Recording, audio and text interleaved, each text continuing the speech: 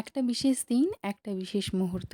শ্রাবণ মাসের ৩য় সোমবারে এসে আজ আমাদের একটা বিশেষ ইচ্ছে পূরণ হলো। আমাদের বাড়ির পাশে যে মহাদেবের মন্দির, সেই মন্দিরে শ্রাবণ মাসের প্রতিটি সোমবারই ভোগ নিবেদন করা হয় এবং সেই প্রসাদ বিতরণ করা হয় সবাইকেই।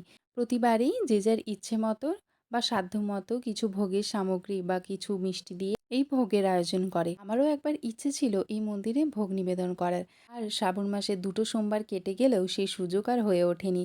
কিন্তু আজ ৩য় সোমবারে এসে বাবা মহাদেবের কৃপায় সেই সুযোগ আমরা পেয়েছি এবং তার জন্যই আমরা চলে গিয়েছিলাম মন্দিরে। পুরোহিত প্রথমে আরতি সেরে তারপর বাবাকে ভোগ নিবেদন করে তারপরে প্রসাদ বিতরণের কাজ শুরু করলেন।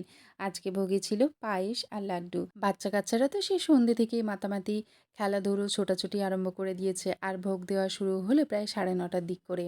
প্রসাদ বিতরণ শেষ করে আর বাড়ির জন্য কিছুটা প্রসাদ নিয়ে আমরাও চললাম। অনেকেই এই মন্দিরে মানসিক করে ভোগ নিবেদন করে। আমাদের কোনো মানসিক যদিও ছিল না, একটা ইচ্ছে ছিল যে ইচ্ছেটা আজকে বাবার কৃপায় পূর্ণ হলো। তারপর বাড়িতে এসে বাবার প্রসাদ খেলাম। তো আজকের ভিডিওটা এখানেই শেষ করছি। দেখা হচ্ছে পরে কোনো ভিডিওতে। টাটা।